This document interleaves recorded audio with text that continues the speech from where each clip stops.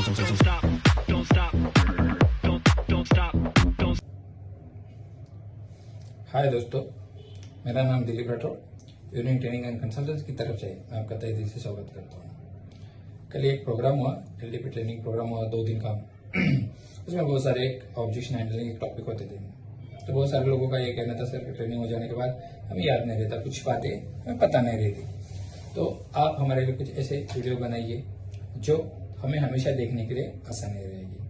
Market में बहुत सारे ऐसे लोग हैं जो अच्छे इस टॉपिक पे बात करते हैं, उनके लिए एक बार जोरदार तालियां हो जाए। और एक है कि जैसे देखा जाए कि डायरेक्ट सेलिंग कंपनी जो है, हर एक कंपनी का एक विजन होता है और होना ही चाहिए। उसके बिना आप कहाँ जा रहे हो ये हमें पता नहीं है। तो दूसरी ये बात ये है कि हर कोई अपनी अपनी जगह पे सही होता है, बट हमारा नजरिया जो है ना वो देखने का अलग अलग है। हर किसी को लगता है कि मैं अपनी जगह पे जो बैठा हूं, मैं जो कर रहा हूं वो ही सही है।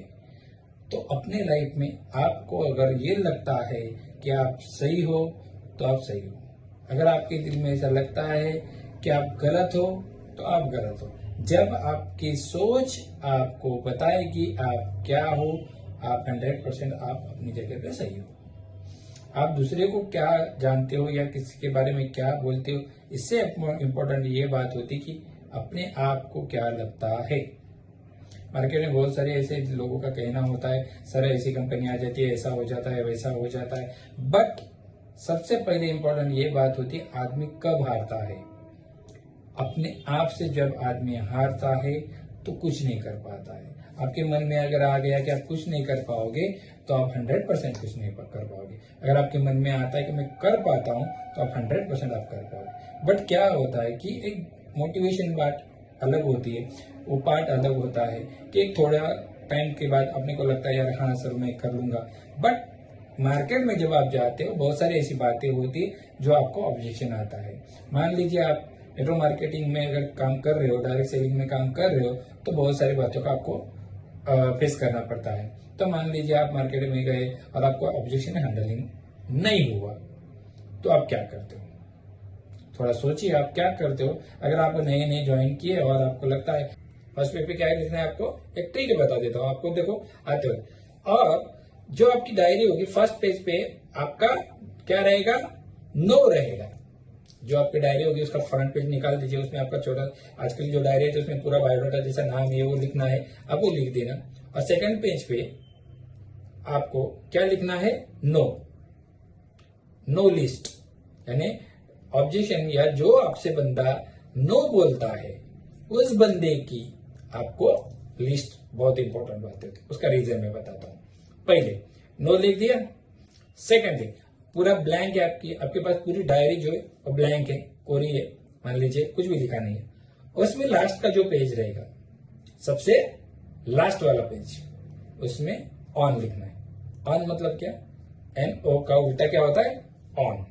वो हो जाने के बाद आप रिलैक्स रहना है, कुछ भी नहीं करना है, उसके बारे में सोचना नहीं है। वो डायरी आपकी कहां पे रहेगी, आपके घर पे रहेगी। या तो आप अगर ट्रैवल करें 2-3 दिन के लिए, आप टूर पे जा रहे हो या प्रेजेंटेशन के लिए जा रहे हो, टीम के लिए जा रहे हो, तो आप साथ रख सकते हो, नो इश्यू। बट उसमें जब भी आप वो डायरी मेंटेन करते हो, वो नो वाली डायरी उसे बहुत प्यार से रखना, बहुत प्यार से रखना।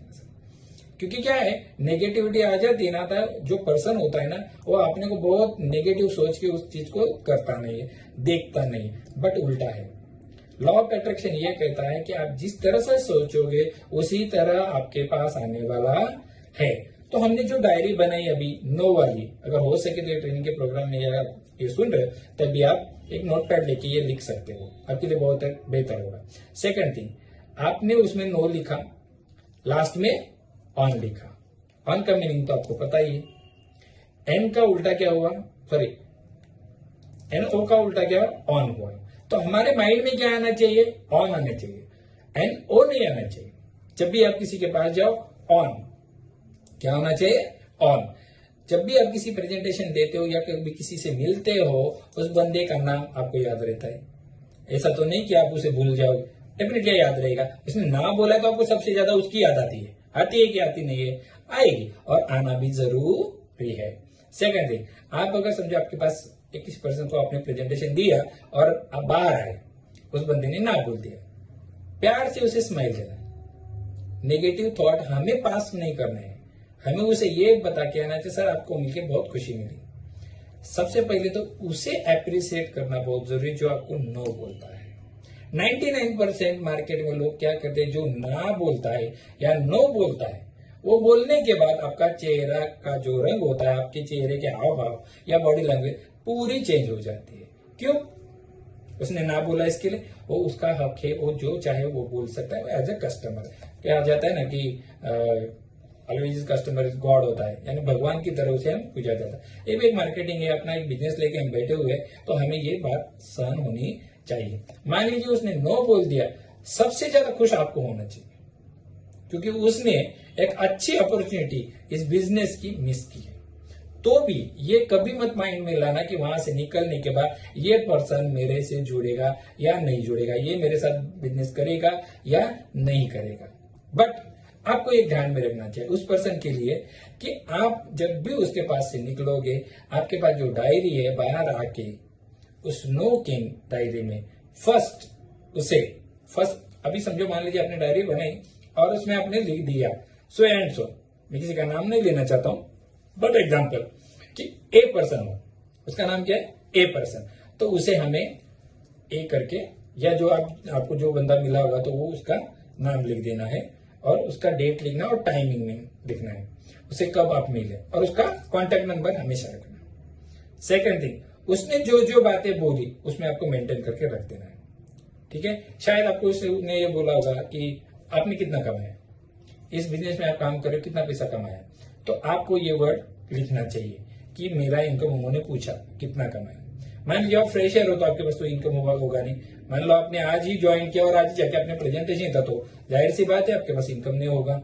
जब तक आपसे लोग जुड़ेंगे ना, आपका इनकम जनरेट नहीं होगा। तो सिंपल सी बात है, आपको क्या करना है, उस बंदे का नाम आपको डायरी में लिखना है। लिख लिया? सेकंड थिंग, बहुत प्यार से उसे लिखना है।